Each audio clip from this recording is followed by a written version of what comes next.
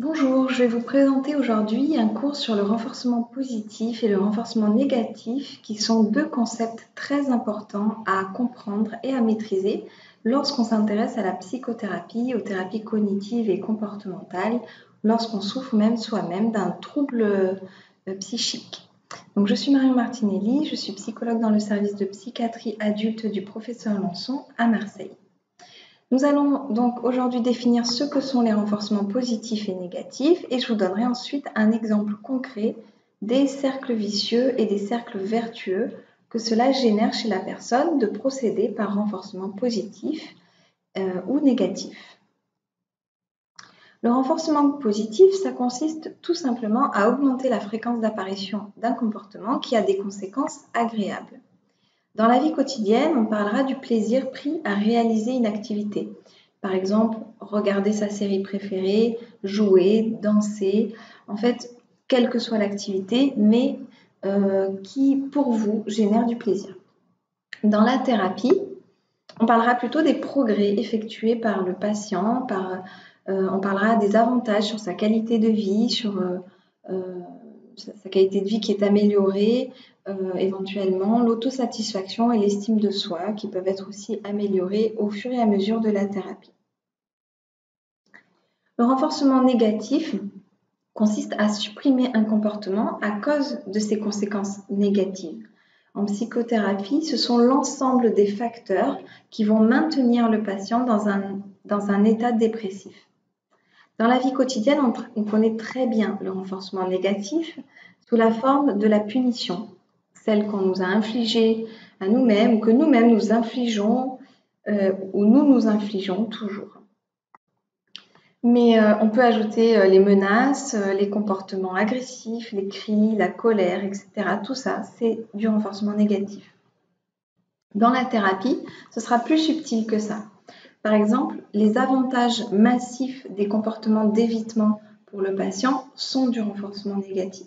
Par exemple, si j'ai une phobie sociale et en fait en évitant de sortir de chez moi, j'évite d'être anxieux, j'évite même probablement l'attaque de panique, et en même temps, j'évite aussi de me confronter à mon problème qui ne fait donc que se maintenir, voire même s'aggraver.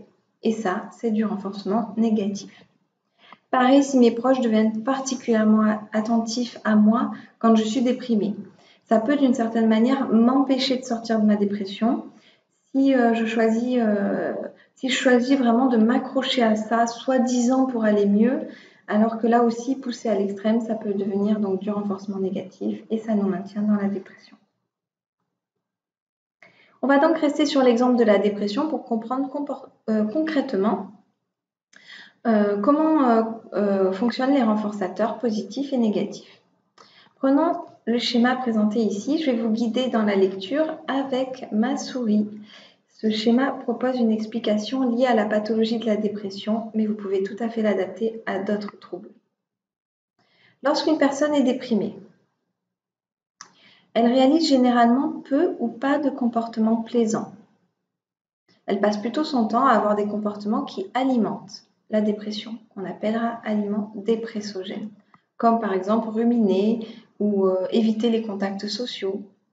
Tout ceci va diminuer l'humeur, la maintenir, ou dans le meilleur des cas, la maintenir à un faible niveau, mais ça peut la diminuer. Le fait d'être déprimé n'incite pas à s'activer, ça va plutôt même inciter à maintenir l'évitement. C'est ce qu'on appelle le cercle vicieux que vous voyez ici représenté par la ligne en pointillé, ici. La présence de cette dynamique a pour conséquence dans la vie du sujet de maintenir ou d'aggraver les symptômes de la dépression. Donc, ceci, appliqué à l'exemple que je vous ai donné tout à l'heure, à savoir que l'attention accrue des proches quand la personne parle de ses idées noires et se plaint qu'elle est malheureuse et qu'elle ne s'en sortira jamais, cela agit comme un comportement dépressogène. Donc celui-ci, c'est un comportement dépressogène, un comportement qui alimente la dépression, puisqu'en fait, il va s'agir tout simplement de ruminer à plusieurs, d'angoisser tous ensemble sur la présence de la maladie. Et cet exemple donc s'intègre parfaitement au schéma. Et c'est pareil pour vous quand vous êtes thérapeute, si ce sont des thérapeutes qui m'écoutent actuellement, que vous laissez le patient vous expliquer toutes les raisons pour lesquelles il est pris au piège, toutes les raisons pour lesquelles il ne peut pas changer actuellement, ça peut vite devenir un piège dans lequel la thérapie, dans lequel vous allez tomber dans la thérapie, que d'accorder trop d'importance à ça. Donc voilà pour le renforcement négatif. Comme nous l'avons fait dans la diapositive précédente, nous allons décrire le schéma ici en vous guidant toujours avec le curseur de ma souris. Lorsqu'on traite une personne, là ça peut être un traitement par la thérapie d'activation comportementale, c'est ce qui est le plus souvent proposé dans la dépression, mais ça peut être un traitement par les thérapies cognitives et comportementales au sens large. Ça marche aussi. Donc lorsqu'on traite une personne qui est déprimée, on va agir sur deux choses que sont les comportements et les renforçateurs. Concernant les comportements, il va s'agir de favoriser ceux qui amènent un niveau d'activation chez le sujet, ce qui génère du plaisir et ce qui va le plus possible limiter les comportements qui alimentent la dépression, limiter les comportements d'évitement qui consistent essentiellement par exemple à rester seul ou à éviter les contacts avec les autres. Pour augmenter le niveau d'activation d'une personne, on va essayer d'augmenter les activités de plaisir et les activités de maîtrise et de concentration. Tout ce qui va lui donner un sentiment, et d'ailleurs ce ne sera pas qu'un sentiment, ce sera un fait objectif, de reprendre sa vie en main.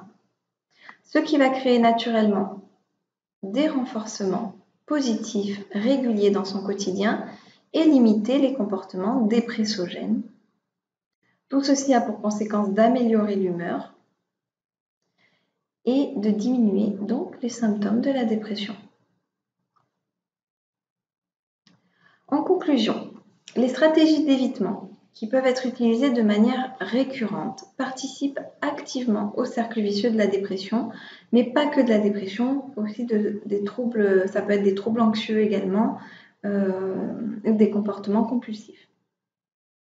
Moins le sujet s'engage dans des actions qui génèrent du plaisir, renforcement positif, moins il a de chances de ressentir vraiment du plaisir, ce qui est plutôt normal, avec le coût que ces activités génèrent et les risques que cela lui demande, qu'il ne prendra pas du coup.